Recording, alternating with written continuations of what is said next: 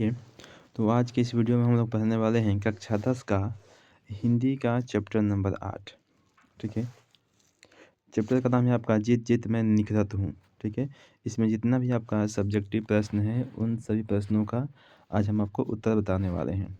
ठीक है, तो चलिए हम लोग शुरुआत करते हैं। देखिए पहला प्रश्न है,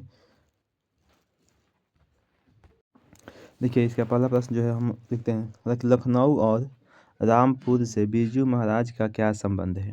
ठीक है, इस प्रश्न को 2012 में पूछा गया है फर्स्ट सिटिंग में। ठीक है, देखिए इसका उत्तर लिखेंगे कि लखनऊ और रामपुर से बिरजू महाराज का संबंध जन्म स्थान और कार्य क्षेत्र का था।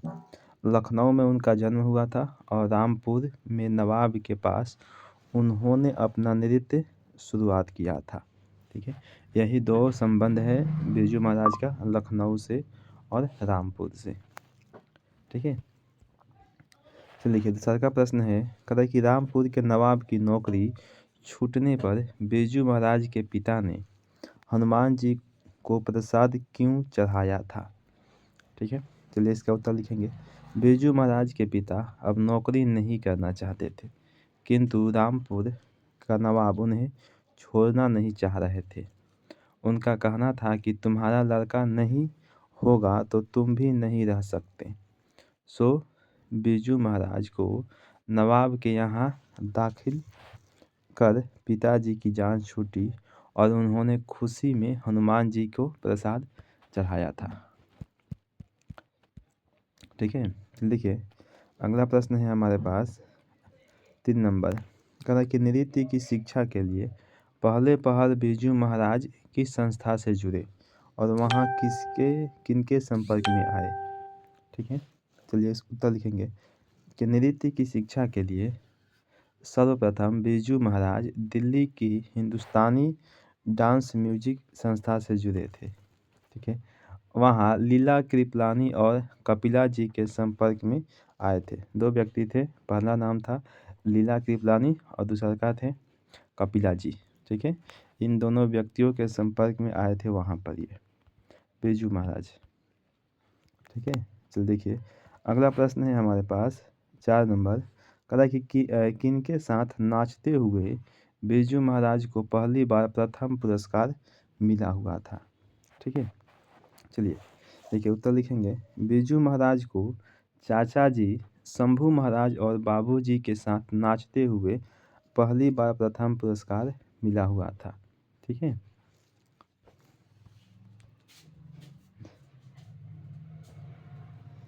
देखिए अगला प्रश्न हमारे पास 5 नंबर का, कि बिरजू महाराज के गुरु कौन थे, उनका संक्षिप्त परिचय दे। यह प्रश्न बहुत ही महत्वपूर्ण है, देखिए कितनी बार इसको पूछा भी है। उत्तर लिखेंगे कि बिरजू महाराज के गुरु उनके पिता थे। ठीक है, उन्होंने अपनी शिक्षा खुद अपने पिता से ही ली थी। वे सरल स्वभाव के थे, उन्हें कला से बेहद प्रेम था। वे नृत्य साधना में खूब निष्ठा रखते थे। उन्होंने अपने पुत्र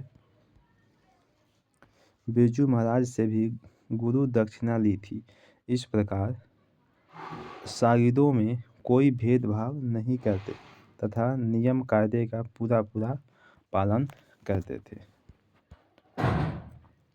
चलिए देखिए अगला प्रश्न हमारे पास है 6 नंबर का, कि बिरजू महाराज ने नृत्य की शिक्षा किसे और कब देनी शुरू की थी।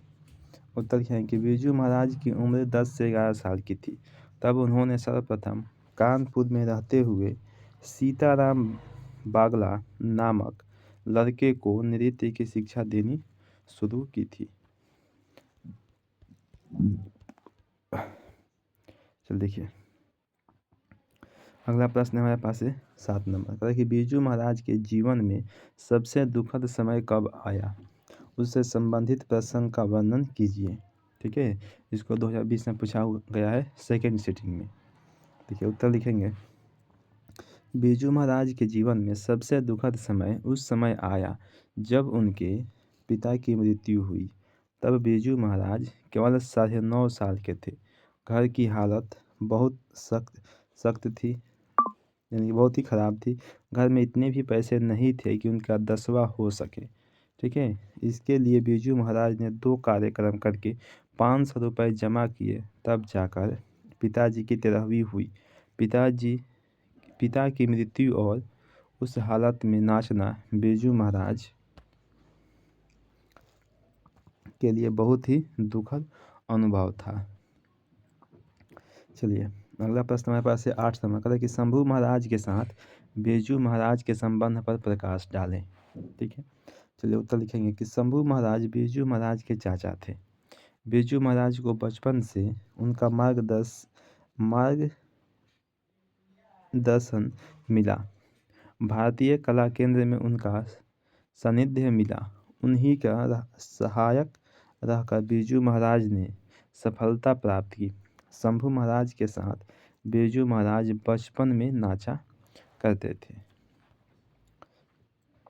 चलिए अगला प्रश्न है हमारे पास 9 नंबर। देखिए प्रश्न है कि कलकत्ते के दर्शकों की प्रशंसा का बिरजू महाराज के नर्तक जीवन पर क्या प्रभाव पड़ा। तो लिखेंगे कि कलकत्ते के एक कॉन्फ्रेंस ने बिरजू महाराज के नाच पर खूब प्रशंसा की। इस प्रशंसा का बिरजू महाराज पर काफ़ी असर हुआ। इनके जीवन में एक नया मोड़ आया और आगे उन्होंने इतनी कठोर मेहनत की कि वे हमेशा बढ़ते ही रहे। कलकत्ते के प्रोग्राम के बाद बिरजू महाराज का नाम अखबारों में छपा और उनका आत्मविश्वास जागा। चलिए अगला प्रश्न हमारे पास है 10 नंबर कि संगीत भारती में बिरजू महाराज की दिनचर्या क्या थी। लिखेंगे उत्तर कि बिरजू महाराज का आवास दरियागंज में था। वहां से प्रतिदिन 5 या 9 नंबर की बस पकड़कर संगीत भारती जाना होता था। वहां प्रदर्शन का अवसर कम मिला, फिर भी हाजिर रहना पड़ता था। ठीक है, चलिए अगला प्रश्न है 11 नंबर का कि बिरजू महाराज कौन कौन से वाद्य यंत्र बजाते थे। उत्तर लिखेंगे बिरजू महाराज हारमोनियम, गिटार, सितार, बांसुरी, सरोद, तबला इत्यादि वाद्य यंत्र जो है वो बजाया करते थे। चलिए अगला प्रश्न है 12 नंबर कि अपने विवाह के बारे में बिरजू महाराज क्या बताते हैं। उत्तर कि बिरजू महाराज बताते हैं कि उनकी शादी 18 वर्ष की उम्र में हुई। बिरजू महाराज उस समय शादी नहीं करना चाहते थे क्योंकि पिता की मृत्यु के उपरांत घर की जिम्मेदारी उन्हीं के ऊपर थी, जिसे वे पहले संभाल लेना चाहते थे, परंतु अम्मा जी की इच्छा से उनका विवाह हुआ था। चलिए अगला प्रश्न देखते हैं 13 नंबर कि बिरजू महाराज की अपनी शागिंदों के बारे में क्या राय है।